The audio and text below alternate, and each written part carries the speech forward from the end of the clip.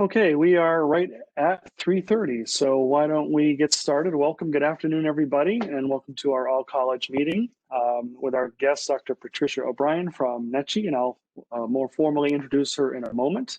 So just want to say good afternoon. I guess before we get started, a couple of things, a couple of announcements. One is that by now, hopefully you have received an email memo from me. Our college cabinet met the other day and to talk about kind of where things stand, and it's almost in a deja vu moment. It almost seems like February again, where our COVID virus is now spreading across the country a little bit differently than it did back in the spring, but certainly we're monitoring the public health situation, as is our entire CSCU system. So, as we see the spread in our own community, we do have to be vigilant about this in terms of if you're on campus. Thank you, everybody, for wearing masks, by staying socially distant, and by working our fall reopening plan. I really want to thank everybody for doing that. I think that has helped minimize COVID issues on campus. I want to thank Kim Hogan in her role as COVID coordinator for being a liaison to a couple of different state groups who manage the COVID situation on our campuses, and also as a liaison with the public health department when there are situations that come about. So thank you very much, Kim.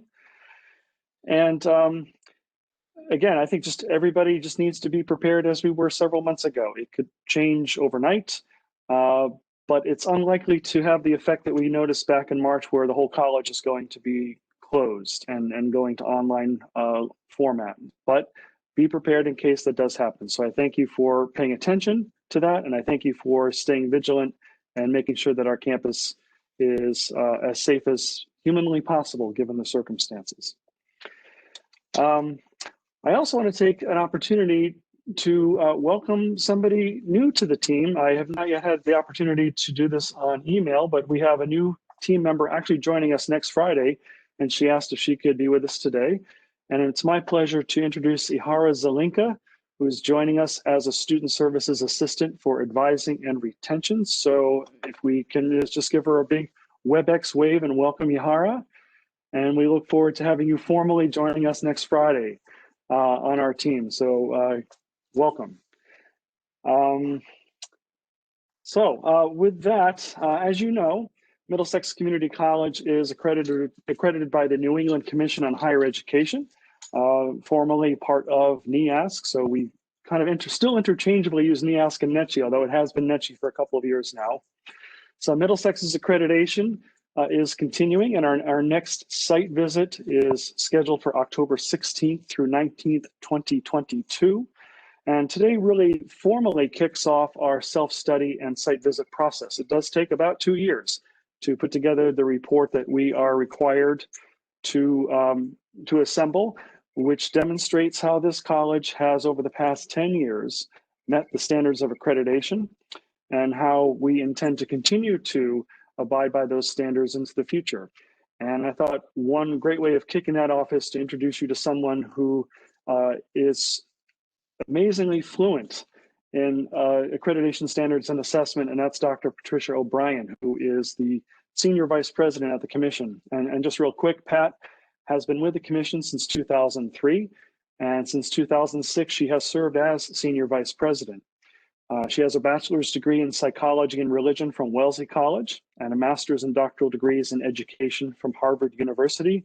And she's very well trained and steeped in accreditation and ensuring quality in higher education institutions. And had the pleasure of knowing and seeing Pat several times over, I don't know, for me, maybe the last 15 years at 3 colleges I've worked at. And it's a pleasure to have her talk today about the accreditation process, the 9 standards of accreditation, and why it's important for Middlesex, especially at this time, to report out on how we have maintained those standards in our institution.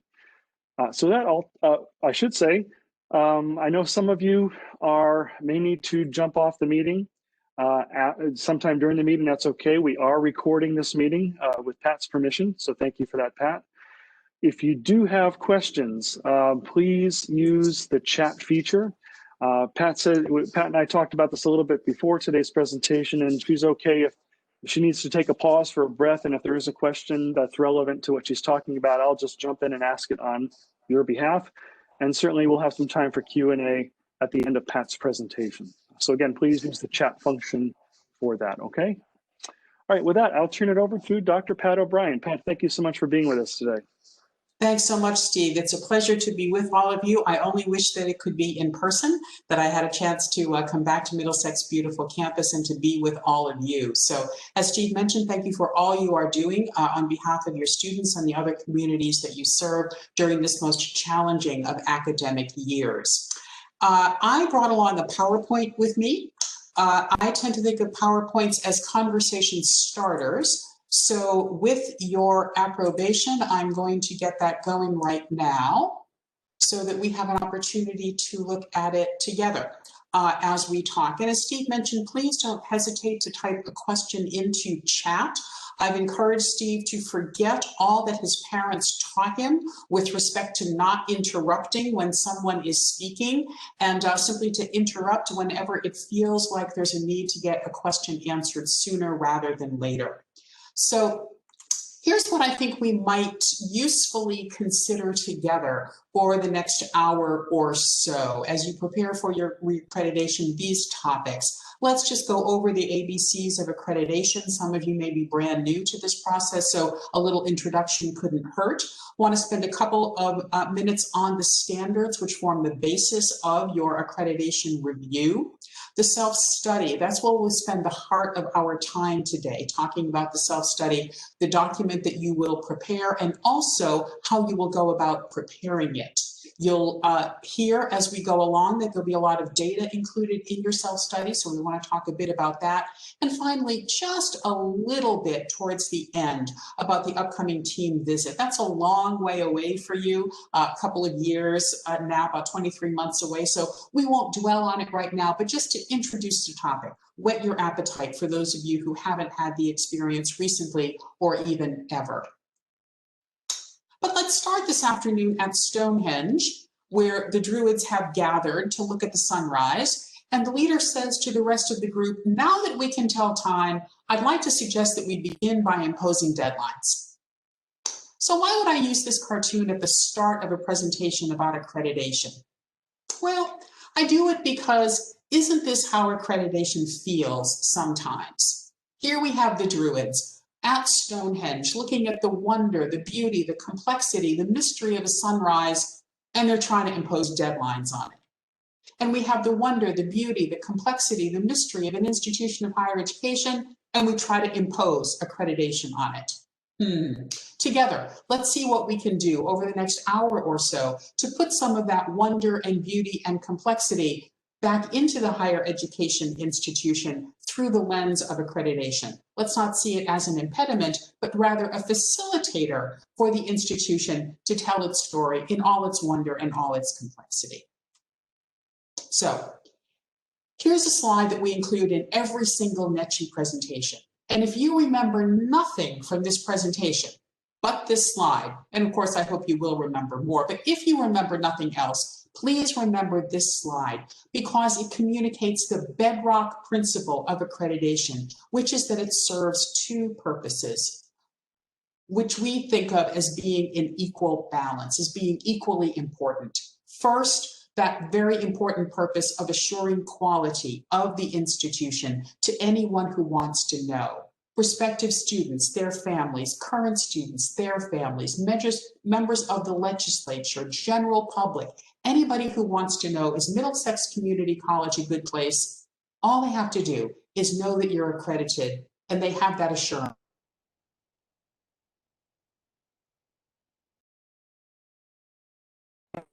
The function of accreditation. Equally important, which is why they're shown in balance, we would argue, is what we might think of as the private purpose or the internal purpose of accreditation, which is to foster the ongoing improvement of the institution. I've never yet met a college president willing to stand up in front of the campus community and say, we are as good today as we are ever going to be. We're never going to get any better. No college president says that because no college president believes it. You don't believe it. As good as you are, and Middlesex Community College is very good, you know that there are ways that you can improve the quality of your academic programs, that you can provide an even higher level of quality of service to your students and the other communities that you seek to serve. And what the Accreditation Commission hopes is that the standards and the self-study process provide a useful vehicle for you for thinking about that ongoing improvement. And you'll want to continue to improve whether you're an independent institution, whether you're part of the Connecticut State Community College. That dimension of your reality won't change. Your desire to continue to provide the highest quality academic programs, the highest quality services to your students and others, that doesn't go away with consolidation or without it. And so think of the self-study process not only as how do we demonstrate that we meet the standards, but also how do we improve? How do we get even better at what we do? Ultimately, accreditation with NECHE certifies 4 things about Middlesex Community College. First and foremost, that you are indeed an institution of higher education. You have an appropriate mission and set of purposes. Higher education, it's what you do. Secondly, that you have the resources that you need to accomplish your mission and purposes. Not all the resources that you wish you could ever have, not the resources to accomplish somebody else's mission, but that you can demonstrate that you have the resources you need to accomplish your mission, and that you do that through evidence that you are indeed accomplishing your purposes. Finally, perhaps most importantly on this slide, accreditation certifies that you are going to continue into the future. You're good today, you're going to be even better tomorrow because you've been focusing on that institutional improvement and taking steps to make it happen. Accreditation is ultimately a vote of confidence in Middlesex Community College. Good today, better tomorrow. At the bottom of this slide is our little bit of arithmetic for the mathematicians in the group. Accreditation equals standards plus mission. The Commission accredits a wide variety of institutions, 220 or so, very, very diverse institutions, yet each demonstrates that it meets the standards. How does it meet the standards? In light of its mission. And that's what you'll be doing in your self-study, is demonstrating in light of your mission, here's how we fulfill each of those 9 standards, and here's how we commit to getting even better at fulfilling that mission in light of those standards in the future. Okay, this is a 3-part process: the self-study, the site visit, and the Commission's decision. We're going to talk today about all 3 of these processes, mostly part 1, a little bit about part 2, just a word about part 3. So before we get to the 3-part process, a reminder that it all starts with the standards for accreditation, which is the guiding document for the process, the self-study process. As Steve mentioned, the standards are undergoing review. They were adopted in 2016. We've had about a year-long process to look at them and make sure that they are as good as they can be for the next 5 years. Standards have the same life as the accreditation cycle, 10 years. So that revision process is coming to an end later this month when the Commission meets, and the new standards will go into effect on January 2021, which is about 18 months before your visit. So you'll have plenty of time to see what those changes are. As the slide reminds us, these are not going to be major changes. We're not going to do what we did the last time, which was to take 11 standards and make it 9, which was to throw out a couple of standards and bring in a new one. No, these are some enhancements to make sure that the next 5 years of the life of these standards are as useful and meaningful as the first 5 years. Here are the 2016 standards for accreditation. The number, the titles, these are not going to change. The format of the standard, this is not going to change. Each of these standards begins with a statement of the standard, a bold-faced paragraph that in essence says this is the heart of what this standard means. That's then followed by a series of numbered paragraphs that explicate or elucidate what the statement of the standard says about that particular dimension of quality be it planning or evaluation or teaching, learning, and scholarship. We used to refer to those numbered paragraphs as sub-standards until we realized that was not the best expression in the world to use. And so now we just call them the numbered paragraphs. In the absence of substandards, there are, however, some subheadings to provide organization and clarity to your self-study. Even a standard as short as planning and evaluation, which is only 1 page long, has 2 subheadings. And you can probably guess what they are: planning and evaluation, to make sure that nobody forgets that there's really 2 dimensions in that particular standard. And when you're writing your self-study, you'll want to write about both of them. You're noticing as you read the titles of the standards that these standards touch on just about every aspect of higher education, quality that is important, every single dimension. And that's because NECHE offers you your institutional accreditation. It's a look at the whole picture, not just a single program like your nursing accreditation or your PT accreditation. No, NECHE is college-wide. Okay, some changes that we saw in 2016 that quite frankly aren't going anywhere and will likely receive some heightened attention in 2021. A quick word about each. Less emphasis on inputs, more emphasis on student success, more emphasis on public disclosure. What do we mean by less emphasis on inputs? Well, from 2011 to 2016, the standards went down from 11 to 9, and 2 of the standards that got encompassed within an omnibus standard on institutional resources were on resources, on the input dimension of quality. So that combination of standards into a single one is the clearest expression of the less emphasis on inputs. But what do we mean by that? Well, this slide shows us what we might think of as the 3 dimensions of quality: input, process, and outcome. And I think it's fair to say that for a very long time in accreditation, most of the action was with the input dimension of quality, that what the institution had was the primary understanding of quality. Do you have enough books, or now we would say electronic databases, in that library? Do you have enough faculty with the quote unquote right credentials? What you've got, that was the understanding of quality. And then I think it's fair to say that over time, the emphasis shifted to what we might think of as the process dimension of quality. It isn't what you've got, it's what you do. So it isn't just that you've got books, it's every now and then a student read a book or accessed an electronic database. It wasn't just that you had faculty, it's that they taught their classes and did research and performed service. Now I think it's fair to say that all of the action is with the outcomes dimension of quality. It's not what you got, it's not what you do, it's what you and your students achieve. That's our primary understanding of quality.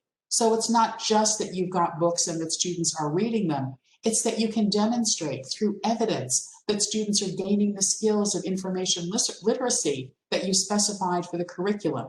And it's not just that you've got faculty with the right credentials and that they teach and do research, it's that you can demonstrate through evidence that they're effective at what they do.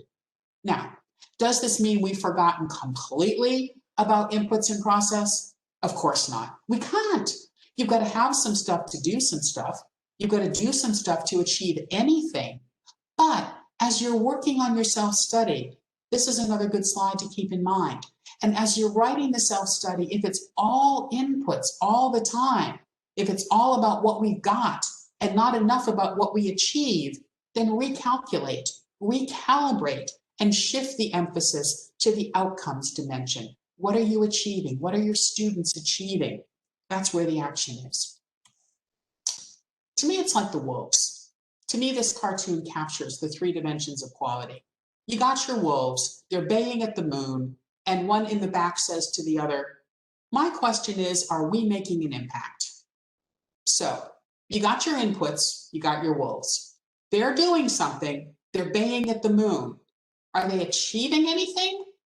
Probably not.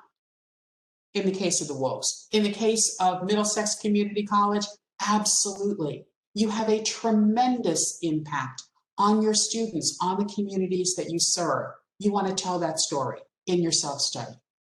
You have a tremendous story, particularly about student success. captured in Standard 8, Educational Effectiveness, where you have the opportunity in this chapter to tell the world how you define student success, not how anyone else says this is what it means to be a successful college student, how you define student success, and then to provide evidence of the extent to which students have been successful according to that definition. Standard 8 gives you this extraordinary opportunity to tell your story of student success, and you have an amazing story to tell. Yes, you're going to talk about retention and graduation rates because every institution has those, but then you're going to go on and talk about all the other measures, mission appropriate measures of student success that are important to you and will continue to be important to you in the future. Standard 9, integrity, transparency, and public disclosure. Because once you have those data about student success, you don't want to keep them a secret. You want to make them available to interested audiences. Who's one of those interested audiences? Our friend Aunt Miriam. Some of you know that we at the Commission refer to Standard 9 as the Aunt Miriam standard. And we do that because in our experience, every family has an Aunt Miriam, a savvy lady with a niece and nephew who are trying to decide where they should go to college next year. Aunt Miriam's niece is a senior in high school. Aunt Miriam's nephew didn't have the opportunity to go to college right away, and so he's in his late 20s, but they both are trying to figure out, where shall we go next year? And the question posed by Standard 9, the public disclosure section, is, can Aunt Miriam and her niece and nephew get the information from your website that they need in order to make an informed decision about where they should go to school? What's the right fit for them? What are Aunt Miriam and her nibblings most interested in these days? Student success. Student success. They want to be able to find easily on your website rates of retention, graduation, and your mission appropriate measures of student success. So during the self-study process, spend some time looking at your website. Can we find this? How easily can we find it? And how comprehensible is it when we get there? Does it look like this? No, not on your life. It's much more comprehensible on the Middlesex website. When Aunt Miriam, her niece and nephew get there, they know exactly how you define student success, and they can tell what their outcomes are likely to be. So, achievements, outcomes, particularly student success, public disclosure. You've seen them in 2016, you'll see them even more clearly in January of 2021. Let's turn from the standards and talk about the self-study, but I'm going to look to Steve and see if anybody's typed a comment or a question into chat. Yeah, Pat, I don't see anything so far. So maybe since we do have a pause in the action, does anybody have a question they'd like to type at this moment? No pressure, you don't have to.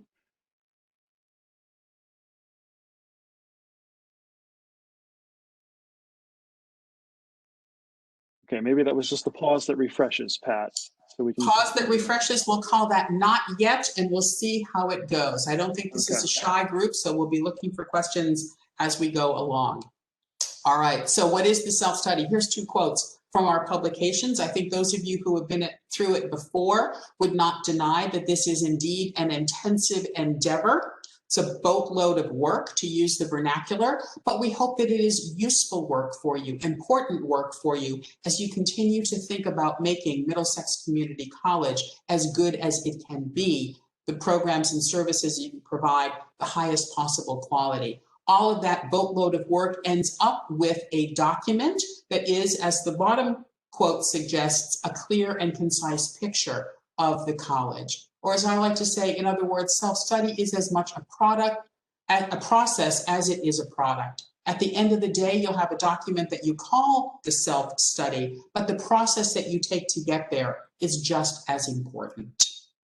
So what about that self-study process? As Steve notes, it takes somewhere between 18 to 24 months, so you're right on schedule. Most places will put together a steering committee and some writing committees. The idea here is to get as much participation as possible in this process because it is so interesting and it's so important. You learn so many useful things about the institution and the programs and services that you're providing to students and your other constituents. You want to get as many people involved as possible in this process. I'd encourage you to develop a timetable planning backwards from that October 2022 visit. If nothing else, having a timetable gives you something to deviate from as you work through the process.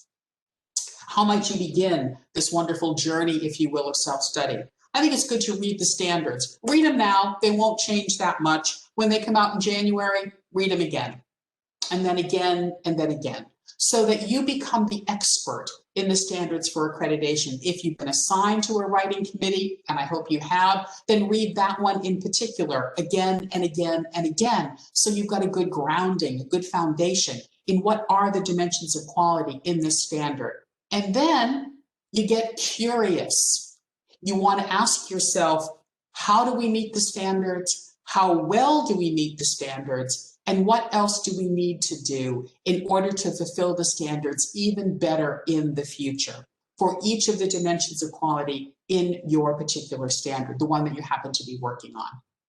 And then you start to gather all that data, all that information and evidence about how well, and what else you're going to do in the future. As I mentioned, you don't want this to be something that 2 or 3 people work on.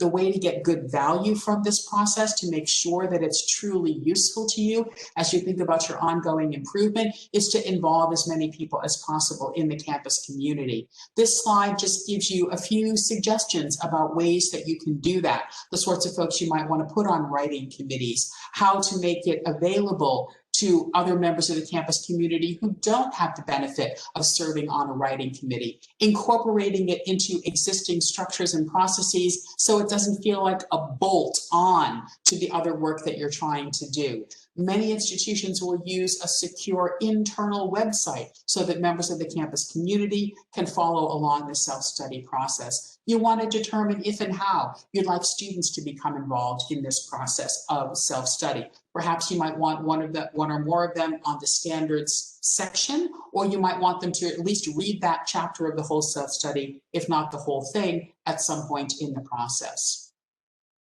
I mentioned gathering information, evidence, and data. And so this slide reminds us that not all those data live in the institutional research office.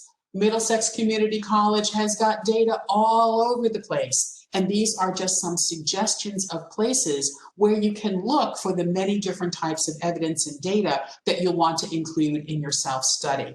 Also, I think for some of us, when we think about data and evidence, our minds almost go immediately to quantitative data, evidence, numbers. But remember, you'll want to supplement those good quantitative data with qualitative data and some anecdotal evidence as well. The power of a few good stories in a self-study is incredible. You don't want to rely exclusively on anecdotal evidence, but including anecdotal evidence in your self-study can contribute enormously to its value. Okay, that was a bit about the process. Now let's try about the product, the self-study product, that document that you're going to end up with at the end of the self-study process. It'll have some parts to it, some data forms at the beginning, institutional characteristics, an introduction that describes your self-study process. Who was involved? Who served on the steering committee, the writing committees? How did you get feedback from those who weren't able to serve on a committee? How did you involve students? And then you'll write an overview that, as I like to say, parachutes the readers of the self-study right into Middlesex Community College. And let me pause here for a second and just say a word about who the readers, who the audiences of your self-study are. Don't be surprised when I say that first and foremost, the audience for your self-study is you yourselves, the campus community, because you're doing this to get value. You're doing this to learn about yourselves and to make sure that you can be as good as you want to be, that your programs and services are of the highest possible quality. So you yourselves are the audience for the self-study. Second audience is the visiting team that will come to campus in October. Third audience is the commission that will ultimately make the decision about your accreditation status. And finally, members of the general public. As a community college, you'll want to put your self-study on the website, make it available to members of the general public. So keep all four of those audiences in mind as you think about the level of detail and how you want to write your self-study. The overview, as I say, parachutes the readers right in to put in a few pages, 3 to 5 pages, the critical information that you want them to know. Readers who are unfamiliar with the campus right at the start of the self-study. The narrative of the self-study that's based on the 9 standards, that's the heart of the matter. So we'll have a lot more to say about that. There's some more data forms because you can never have too many. And then finally, a small number of appendices. So let's talk about that self-study narrative. You've probably heard someone from NECHE say that the self-study is 100 pages long. And when we say that, we mean that this part of the narrative, the part about the standards, is 100 pages long. That introduction, it doesn't count. That overview doesn't count towards your 100 pages. The data forms, they don't count towards your 100 pages. It's the narrative about the standards that's meant to be about 100 pages long. And at the risk of preempting a question, I'll say that's single-spaced pages, reasonable font size. None of us is getting any younger, single-spaced. So that's what you're looking at there. 12-point font is good. If you go to 104 pages, nobody's going to stop reading at the end of page 100. But you don't want to write a 200-page self-study.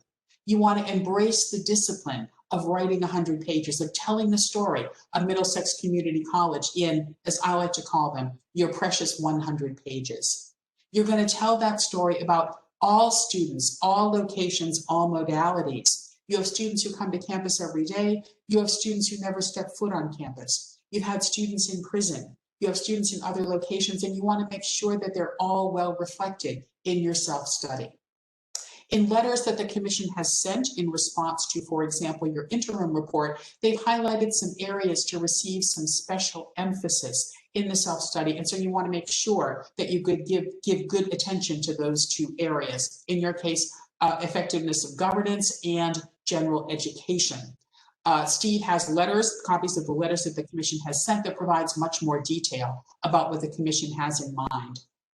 You're keeping that slide, aren't you, in mind? You're either remembering the wolves or you're remembering that input process and outcome slide, so you know you're going to give good attention to each of the 3 dimensions of quality with an extra little bit on the outcomes dimension. Finally, in another 3, we'll ask you to write each chapter of the narrative in a 3-part format: description, appraisal, and projection. Description, mapping to that question, how do we fulfill the standard? What are we doing? Appraisal, how well are we doing? And projections, what else are we going to do? What commitments do we make to be even better? This might seem like a counterintuitive piece of advice. Don't start with description. Don't spend all of your time and energy on description. Spend it on, as the slide suggests, the heart, appraisal and projection. It's so much easier to get people engaged in a how well question than it is in a what question. People love to answer the question, how well are we doing? They're less interested in what are we doing. So spend your time and energy. Make sure that this is a useful process to you. And go back and fill in the description later. How well, what else? Those are the questions that will engage the campus community, I believe, most effectively. Few words about that final 3rd section of each of these chapters, the projection section. What's going to happen next? Understanding that this is an uncertain time. It's an uncertain time for every institution of higher education, and particularly so for institutions like Middlesex Community College in Connecticut, undergoing what is likely to be a consolidation process. But regardless of the outcome of the consolidation process, you still know that there are ways that you want to improve. You still know that there are things that you can do in order to be even better. And the projection section gives you an opportunity to talk about those. Commission understands that what you write will of necessity intersect with what is going on in the system, with what happens with respect to the consolidation, but the Commission will still be interested to hear The members of the team will be interested to hear your reflections on what else you want to do in order to provide the highest possible quality programs and services to your students and constituents. That said, a few cautions about the projection section. It's not intended to be every good idea that anyone has ever had about Middlesex Community College. That can be a great place to start a conversation about what goes into the precious 100 pages. But what you want to include in your projection section are your realistic commitments for making improvements. We'll caution you against using what we call, with a smile, self-advice. If you find yourself using the word should or must or needs to in your projection section, again, you want to recalculate, recalibrate. Don't talk about what you should do, talk about what you will do. Talk about what you are going to do, not what you must do. We'll encourage you to channel your 7th grade English teacher and avoid the passive voice to the extent possible. Write in the active voice who will do what when. The penultimate item on this slide, the self-study is not the place to try to get resources for your department or your project. Your campus has lots of other venues for doing that. The self-study is not one of them. So we'll caution you against using the projection section for that. And then finally, again, with another big smile, we'll caution you against using any of your precious 100 pages in the projection section on vague platitudes. The Commission knows that you will continue to enable your students to become productive, engaged global citizens. Not a doubt in the team's mind or the Commission's mind.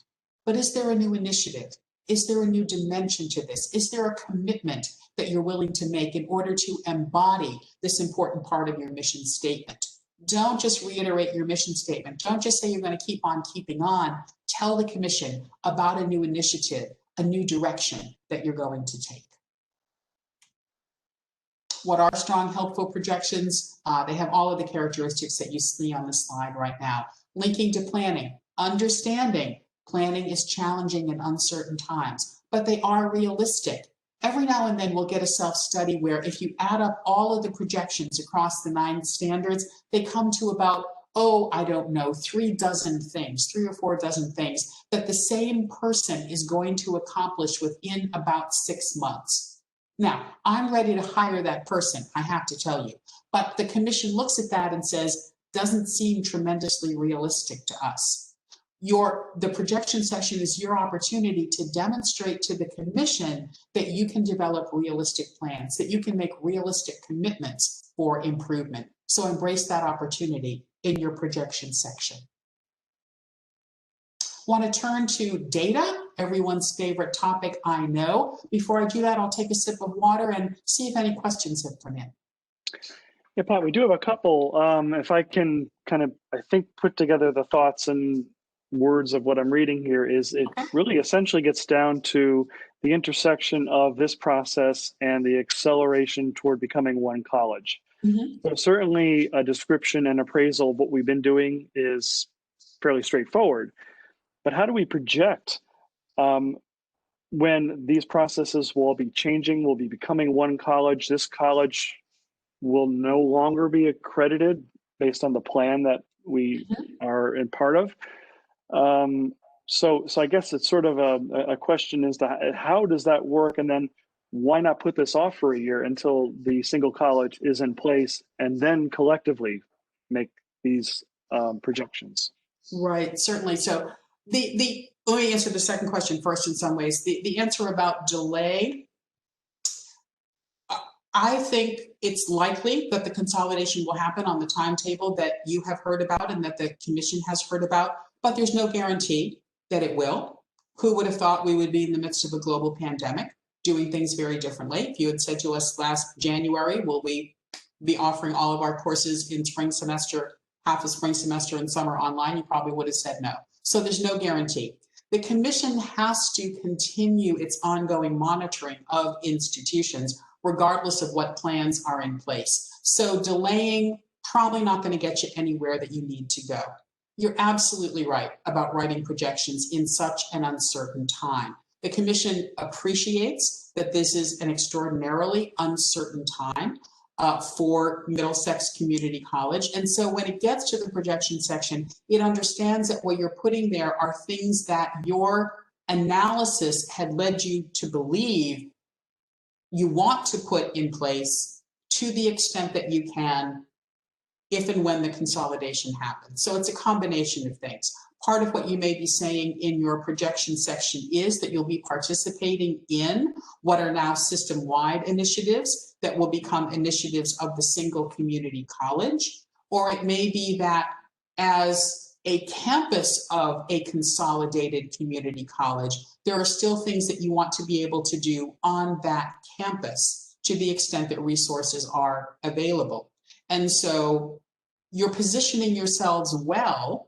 It seems to me, this is my personal opinion, you're positioning yourselves well to be able to make a case for getting those resources if you can demonstrate that the initiatives came out of a self-study process that involved the campus community in 2 years of critical reflection on what you're doing, how well you're doing it, and what else you need to do. So I hope that's helpful. Okay, thank you. I think, and there was another question, I think, again, it's concerning the timing of all this and having this process occur while the single college is being stood up, I guess, or being built up, as it were, is the concern that, especially on the standards related to governance and integrity and public disclosure, that building of the one college is putting Middlesex and possibly the other community colleges in the position of maybe not being able to say that we are meeting the standards because of lack of local control or reduced control as things are moving to regional and centralized administration. Mm-hmm. So if I'm understanding the question, it's a concern about could the college lose its accreditation? Well, maybe, but I think I know I can almost anticipate your answer, and I'll let you answer it for people who may not be anticipating that. But I think it's our not necessarily lose accreditation as much as not being able to demonstrate that we are meeting the standards because we have, which could lead to an adverse decision, of course. That's right. So the reason I phrased it that way is if you were to be found out of compliance with the standards, then the commission would be obliged to take an action inviting or asking the college to show cause why it should not be put on probation or have its accreditation withdrawn. And again, that's a very serious action that the commission only takes when it has evidence that an accredited institution is out of compliance with one or more of the standards. And so the evidence that the commission would look for is, again, what do you say in your self-study? What does the team say about that? And then the commission would do its own evaluation of those two documents, of those two pieces of information, your own assessment and the team's own assessment there. You're given the opportunity to show cause, which is another chance to come before the commission with more evidence of how you meet the standard. The commission very rarely takes accreditation away from an institution, and it is a process. So it's not taken lightly and it's not taken precipitously. The commission keeps the best interests of students in mind. And so there would not be a time where students would not be protected. Let me put it that way. The students who are enrolled would not be protected. So I'm not saying it's impossible that Middlesex Community College would lose its accreditation. What I am saying is if you were found to be out of compliance, there would be a process that you would have to go through before the commission would take an action either to put you on probation or to revoke your accreditation or to withdraw your accreditation. Okay, thank you. Great. All right, let's talk about data. See how we're doing on time here. So there are some data forms included in the self-study, data first forms and student success forms. And you see on the slide a little bit about them right now. Data first forms, what we like to say about those is that the name is not an accident. We will encourage you to use those data first, to start early by collecting the data, see what you have, see what else you want to collect. so that then you have a chance to engage the campus community in a discussion about data and student success, and then incorporate those data and your analysis of them into the narrative.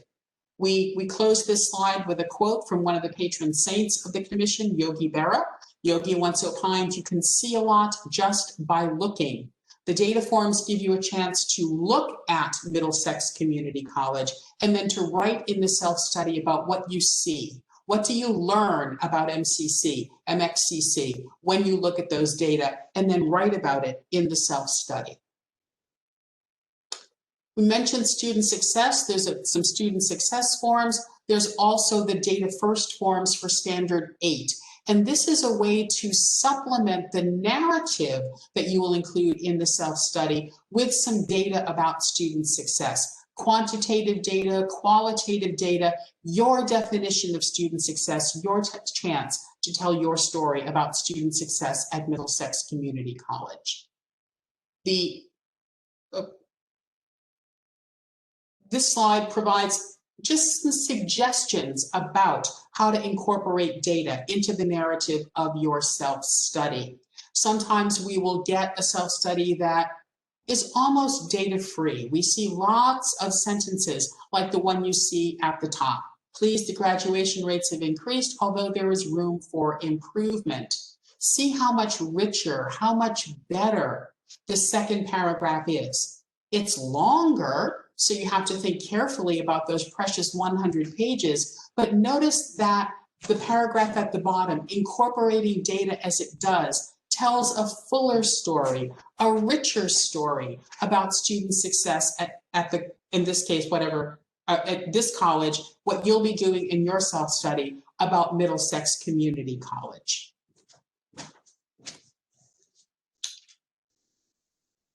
I like to read the sports section of the newspaper. And when I read the sports section of the newspaper, believe it or not, I sometimes think about self-studies, because there's an analogy that I find between the articles that I read in the sports section of the paper and useful self-studies. I'll read the sports section even if the Patriots lose, but I prefer to read the sports section when the Patriots win. Good articles that I read after Patriots games describe what happened in the game. They just talk about what happened, one thing after another, and it's a good article. It's not bad at all. I learned something from reading it. A better article analyzes what happened in the game. They talk about the percentage of pass plays, the percentage of run plays, the average yards gained during pass plays or running plays. The best articles are the ones that take that analysis and then talks about the next game. They had this much success with the running game. The next team that they're facing has tremendous defense on the running game, and so the implications are. So, not to overplay this point, no pun intended, but I think you can see the analogy here. If you write a self-study that's just description, it'll be good. It'll be fine. And if you write a self-study that incorporates analysis, it's going to be that much better, going to be that much more useful to you. And if you write a self-study that takes that analysis and then discusses what you want to do in the future, looks ahead, firm commitments for making improvements, that'll be a terrific self-study for you, for the team, and for the commission. Here's a few adjectives that we would use to describe a successful self-study. And I'm not going to read all of these to you. I'm just going to pause on the very first one, candid. You definitely want to write a candid, honest self-study for the commission that describes, yes, what you do well, but also acknowledges your challenges and how you're going to address those challenges in the future, whether you're individual or whether you're a campus of a consolidated community college. That's a strong institution in the mind of the commission, one that can acknowledge its strengths, name its challenges, and articulate realistic plans to address those challenges. Sometimes an institution will say, if we write this, will the commission ding us? Will the commission say you should be doing better? And I like to say, if that's how you feel, ding yourselves first. If you know that something needs to be improved, say it right there in the self-study, because that's a strong institution. That's an institution that knows itself. If you know something needs to be improved, trust me, the team is going to see that that needs to be improved. And the commission is going to see that that needs to be improved. And if you don't acknowledge it first, they'll wonder what's going on with that campus. We can see clearly that this is an area of improvement. What's going on with them? So you say it first, but couple it with your realistic plans for making improvement. And please balance it with all the things you do well, because those are many, and you don't want to neglect those in the self-study either. A reminder about the Higher Education Act. A little bit of inside baseball here. I keep using sports, incorporating sports into this topic, into this presentation. Your students have access to federal financial aid because you are accredited by NECHE, which is recognized by the U.S. Department of Education. In order for the commission to retain that recognition, it needs to meet the criteria which are articulated in the Higher Education Act. Some of those criteria for recognition for the commission trickle down like the gentle rain from the commission to the institutions. There are certain things that the U.S. Department of Education says we as accreditors have to check up on with respect to our institutions, some very specific things, and they're enumerated on the screen right now. Verification of distance education students, verifying the identity, transfer policy, that you've got to have one, and it's got to include the criteria for the acceptance of transfer credit from other institutions, so that if Aunt Miriam's nephew earned a few college credits, he can find out easily by going to your website what's going to happen to those college credits. Or if your own students take a summer course somewhere else, why they would do this when they could take it with you, we don't know. But if they did, they know exactly what's going to happen to those credits when they come back in the fall. Easily found on your website, please. The third item on this slide, I sometimes joke and say, suggest to me that no member of the U.S. Department of Education has ever stepped foot on a college campus because they're concerned that students do not know how to complain. We love our students. They're why we get out of bed every morning, but God bless them, they know how to complain. The department needs confirmation through your self-study that you have a student grievance policy, complaint policy, and when you have to enforce it, you do so fairly. With all due respect to the department, we know students sometimes feel hesitant about coming forward, so probably not a bad thing that the accreditors will be checking up to make sure that you've got that. Write about that, please. Standard 5, Standard 9 is a good place for that. Public notification, when you have your self-study, you want to give members of the general public an opportunity to submit comments. Any comments that are received by the commission go back to your president for his response, and then both the comment and the response come to the commission. Those of you who have been doing this work for a while know that the department, U.S. Department of Education, used to have regulations related to credit hour. They no longer have those regulations, but the commission discovered through the years when the department required it that those regulations were pretty darn helpful. Not in a count the minutes kind of way, but in a way of assuring that students are indeed doing enough work to earn the credit that you are giving them. So those regs are still in the commission's policy. You'll still want to write about them. They're just not required anymore by the U.S. Department of Education. Okay, a couple of remember tos when it comes to the self-study. Remember to keep the study in self-study, get some value from it by starting with the evidence and the data, focusing on those outcomes, balancing description, appraisal, and projection, writing an integrated narrative, even though you address each of the standards and the numbered paragraphs in a way that is truly candid, and at the end of the day takes 9 separate committees and edits the whole thing into one voice. A most important piece of advice, keep a sense of humor about all of this and have a little fun. Life's too short not to have a little fun along the way. This is a boatload of work. It can be important, useful work for you, and I hope that it will be. Very quickly, a few words about the site visit, but before that, how about another question? Yeah, we do have a question, actually takes back to the discussion you had about the potential adverse notification if we are unable. the question is, if the commission were to give us an out of compliance notice in 2022, actually probably would come in early 23, given the timing of everything, but nevertheless, and we are absorbed or no longer exist as an independent institution, would the notice still stand against us? In other words, would Middlesex or the new single college have to address those deficiencies? Right, so thank you.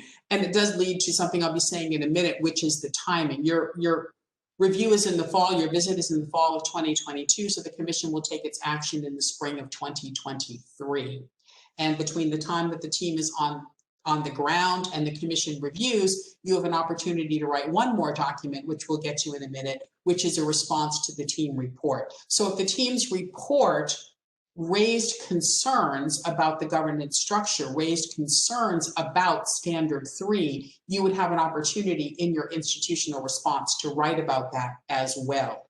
The commission, as you know, is also watching the plans for consolidation and is receiving information on that, and would certainly be aware of that, or is certainly aware of that as it reviews the individual institutions that come before it. So I would caution you against being overly concerned about an adverse action, of the commission taking an adverse action. I raised it only because the question was raised and I didn't want to completely dismiss the possibility, but I would caution you against worrying about that too much.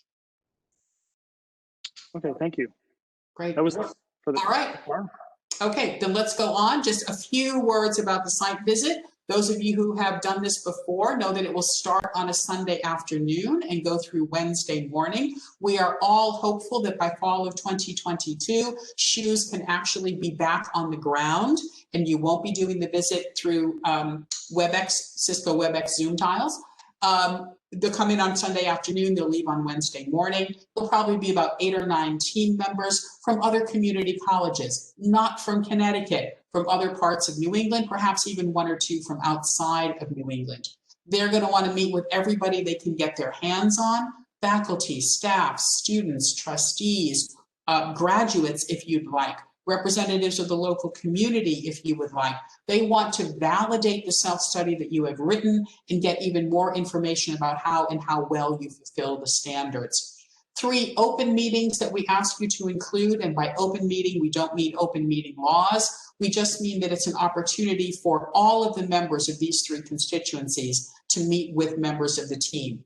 In the meeting with faculty, it's just faculty. Meeting with students, dean of students is not helpfully there. It's just a chance for the members of the constituency to meet with the members of the team and say whatever they would like. And the team will hear the good, the bad, the ugly, and we'll put it all together and calibrate it against everything else that they are hearing.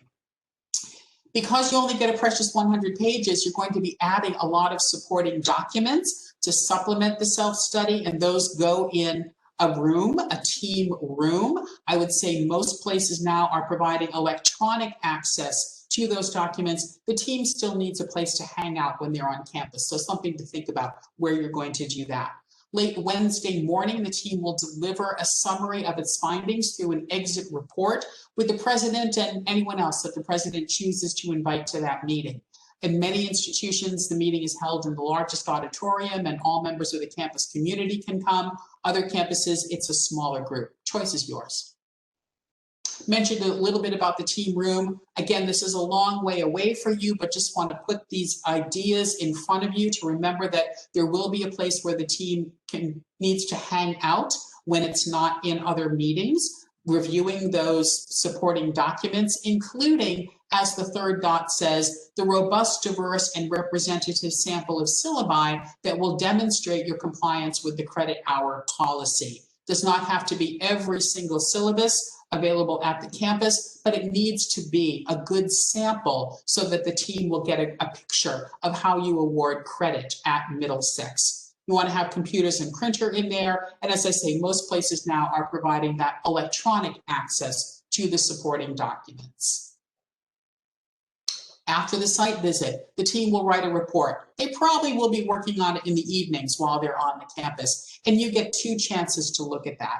One is to check for factual accuracy, and the other, as I mentioned, is to write a formal response to that report where you can supply even more information about any concerns that the team may have highlighted in its report.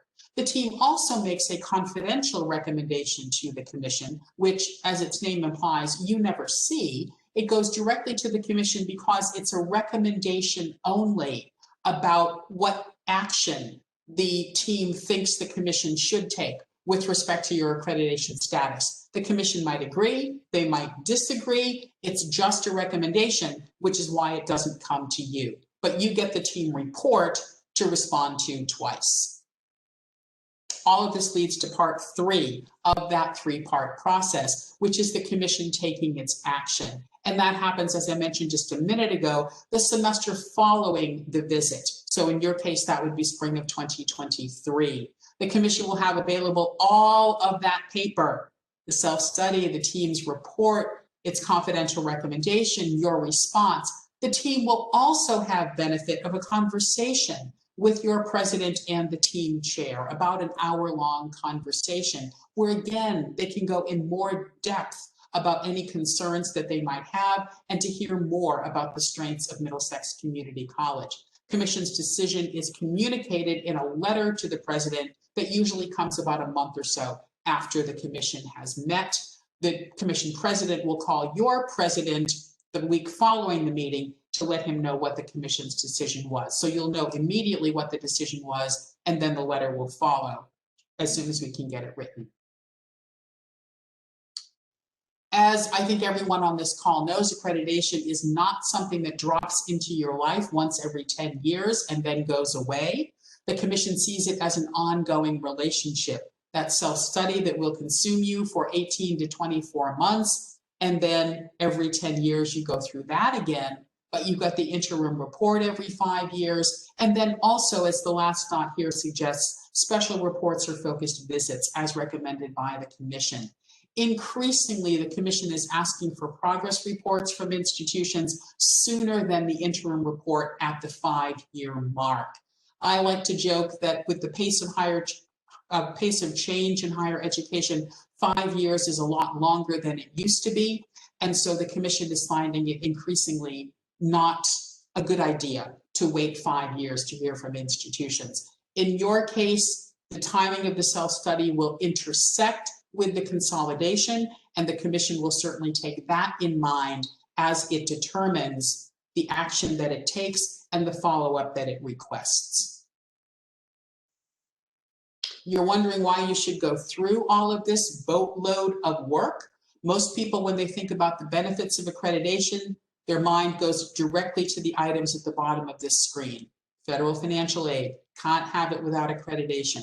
Other state and grant and federal programs, can't have it without accreditation.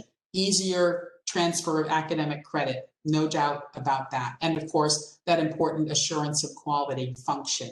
But I would encourage you not to neglect the items that you see at the top of this slide as well. The accreditation process is a tremendous opportunity for critical reflective self-review, to ask yourselves, are we doing the best job that we can? And if not, what else would we like to do? What else do we commit ourselves to do, assuming that resources are available? You get the expertise of team members on your campus for 3 days. Peer and aspirational peer institutions send members of their campus community to think aloud with you about what you're doing and how you can become even better. I'm sure that right now you are feeling like the law enforcement personnel, and I am definitely the criminal in this situation. Perhaps I've said too much.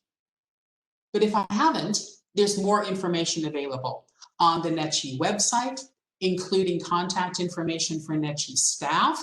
We are available to be helpful to you as you work on the self-study. We read a draft of anything, including draft self-study, so we'll be happy to read a draft of yours. If you'd like to see someone else's self-study, you're going to have to get that yourself. We don't give out self-studies. We don't make them available. We won't give yours to anyone, but you can certainly Google NECHE or NEASC self-study and see what turns up. Or if you know of an institution that's been through the process recently, have your president call theirs. have your VP call theirs and see if they'll be willing to share, and I bet they will. To make it easy for you, you don't even have to go to the website to find my contact information. It's right here. I look forward to continuing to work with you as you travel down this road of self-study, this journey of self-study. I hope you will find it valuable. I hope you will find it productive, and I wish you the very best. I'm going to stop sharing at this point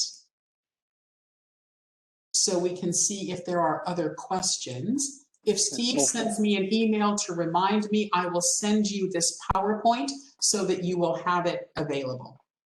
I can't promise that my brain will remember to send it. So Steve, please prompt me and I'll hit the return button and send it right along to you. I will do that. Thank you very much. Before we take some questions again, just a quick round of WebEx applause for Pat and for that presentation, for being with us. Thank you, Pat. Thank you. If anybody has a question, you can either type it in the chat or use the raise hand feature so I can call on you and you can unmute yourself. If anybody has a question, you're getting a few thank yous in the chat, Pat. So. Come on, I know you guys are not this quiet. I see Steve Kravisky raising his hand. Steve, you can unmute yourself. Steve's professor of mathematics. Pat. Hi. Thank you for being here, Pat. I gather you're a Red Sox. I like you anyway. Sorry, Lionel or others. I didn't feel like what I posed in the chat got properly answered, so if you don't mind, I'd like to elaborate a little. I'll try to be brief. Okay. I've been part of a group called the Reluctant Warriors who sent extensive documentation to you about the many flaws in consolidation in students. First, I recognize not everybody on this call agrees with me, but a lot of us in the union and elsewhere are very disturbed by it. And it's pretty clear to me that the Board of Regents is clearly in violation of at least standards 3 and 9. And Reluctant Warriors sent substantial documentation to your commission. And a year and a half ago, you were very critical of them. And now in the last go around, you seem to have accepted them. And I'm bothered by that because it would be a substantial change that I'm speaking for myself to be clear about it. This would be a substantial change that I don't think is valid. I don't think it's warranted. Why did NECHE change its mind when the Reluctant Warriors' public comments were very strong and very detailed about why the Board of Regents was not in compliance with a number of standards? And a lot of people are upset about it. Thank you, Steve, for the comments and the questions. I can't speak directly to the Commission's decision. That would be inappropriate for me to do. What I can say is that, as you know, the Commission did consider the comments. It considered the comments in the way that it considers any comments that it receives, which is it asks for the permission of the commenter to send them to the affected institution, in this case, the Board of Regents, and then the Board of Regents wrote a response. The Commission considered both the comments and the response and took the action that it did. So the Commission followed its process as is established in its policies. So it will be up to the Board of Regents to demonstrate at the time that it submits a plan for Connecticut State Community College to demonstrate how that college fulfills the standards for accreditation. Yeah, thank you. And Pat, I think the Board of Regents has a progress report due in, is it March or April coming up? Probably. Okay, I think so, yeah. So it's a progress report of where that there is a progress report coming up. Couldn't tell you exactly when, likely in the spring, yes. Right, thanks. Yeah. We do have a question in the chat from Paul Carmichael, who's our Director of Institutional Research, who asks, are there any changes to the data forms? The version on the web is the most recent change. Paul, I think there was something made about a year ago or so.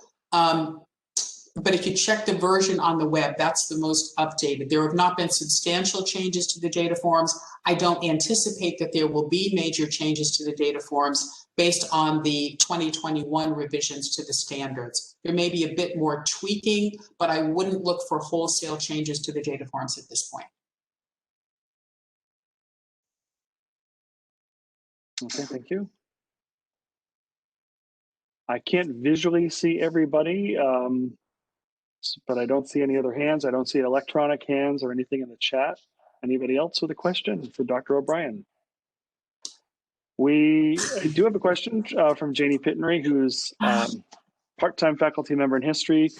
Do you think that a new Department of Education secretary will make any changes to accreditation or federal statutes related to accreditation? Oh my goodness, I wish I had a crystal ball, Jenny. No idea. I would, if you read the same higher ed press that I do, you see that the pundits are out and they're beginning to opine. In the past, Democrats have been more fond of regulation than Republicans have, and so we'll see if that continues to be true with the new administration. There may be some changes to what has happened with respect to for-profit institutions. With respect to accreditation itself, I don't know. There have been some new regulations that have gone into effect. Those regulations have had an impact on commission policy, and some of you followed the policy revisions process that took place earlier this year. Commission adopted a bunch of new policies on July 1st. One of the biggest changes that has come out of the current administration is the fact that the administration is no longer referring to organizations like NECHE and SACS and WASC as regional accreditors. They have said that each of those agencies may now petition to accredit institutions beyond what has been its established geographic region. WASC has decided it will do that on a limited basis. Middle States has decided it will do that. The NECHE Commission is having a conversation about that, and I don't know, quite frankly, what their decision will be. But that is one big change. Some of the implications of that, I think, will be realized over time. The secretary did that. They made the change in an attempt, they would use this language, I think, to sort of level the playing field among accreditors. I think they had heard concerns that accreditors such as, for example, ACICS were not viewed in the same way as regional accreditors. And they thought by changing the name from regional to institutional that they might be able to have an impact on that. Whether that will turn out to be the case or not, I couldn't tell you. So I'm not exactly answering your question, but honestly don't know what they will do, but stay tuned because we'll know soon enough. Thank you. Judy Wallace has a comment, and Judy, you can unmute yourself. Judy is professor of biology and A&P, and she directs our radiology program. I'd like to apologize for not having my video on. I've had trouble with it all day, closing me out of WebExes, so I do apologize for that, but that's why my screen is not visible. I just wanted to say that I appreciate your conversation today. And even though I'll acknowledge some of the distraction from the Board of Regents with respect to one college, regardless of the outcome of that, whether that gets approved or not, that is for the future. But for right now, I just want to say, I, along with my colleagues, I think I can speak for them, am proud of the work that we do every day, the hard work that we do every day on behalf of our own professional integrity and on behalf of our students most especially. And I just want to say I'm eager to share with you our successes and what we do, and welcome your reflections and observations on how we can do better. I mean, that's what we're here for. I think we approach every day with the desire to fulfill our mission. I know we approach every day, especially during the pandemic. As a team, we pulled together to, on behalf of our students, to deliver the best product we could, and we continue to do that. So although, yes, politically, across the state, there are distractions, but that's not within our control right now. What is in our control is what we bring to the table every single day. And I, for one, am proud of that. And I want to maintain our accreditation. We owe that to ourselves and our students. And so with that, I felt I needed to say that. So thank you for listening to me, and thank you for today. Thank you, Judy. Well said, Judy. Thank you. Are there any other questions? I don't see anything in comments or any hands raised. I think just to pick up on Judy's point, you know, we talked about this at the beginning of our time together, that, you know, we do, part of this process is to report out and evaluate the great work we've done over the last 10 years and some of the things that maybe we haven't done so well, and we need to be honest about that. But those of us who have been here since our last self-study in 2013, you think of all the things that have happened. Put COVID aside for a minute, right? That's given us some interesting challenges, which I think we've responded to quite well as a college. But the programs that we've added, the new organizations that we have connected with, how we have looked at data increasingly to make decisions at the college, the wonderful people we've hired to be part of our team. It's a lot of great work that we have a lot to be proud of. And the self-study gives you a wonderful opportunity to celebrate all of that while still saying, and what else do we know we need to do? Right. And how has this impacted the lives of our students? Mm-hmm. Yeah. Okay. I'm not seeing any new chat or raised hands, so your last moment. If I see nothing, I think I would like to thank all of you. Pat, I think we had about 73 or 75 people total. And so I really appreciate everybody's time and attention. This is, again, an important endeavor. Now that you've got a little bit more information about the process from Pat, who is the Senior Vice President at the Commission, and we have shared links to NECHE's standards and other documents for you to see, it really kind of begins in earnest assembling the team of folks who will be doing this work. As I announced, we've got sort of a executive team who is going to help manage this, but also in recognition that we're all very much exhausted by committees, trying to leverage our existing structure of committees and teams to do this, so we don't have to now suddenly create 9 new committees. That is one way of doing it. And I think if we had a larger staff and greater capacity to work that way, then that might be fine. But I think certainly having someone who champions each of those 9 standards and being responsible for overseeing the collection of information from our existing structures rather than create some new superstructure to do this work. So if you are interested in picking up on any one of these standards, please let your supervisor or one of the cabinet members know. And we'll be, again, putting all that together over the next month or 2. Any concluding thoughts from you, Pat? No, this has been wonderful. I appreciate all the questions and comments and wish you the very best as you move forward, again, with the self-study process and in particular, serving the communities, your students. Thanks very much. And thank you, everybody. And we'll see you sometime soon. Well, thanks very much. Take care. Bye-bye.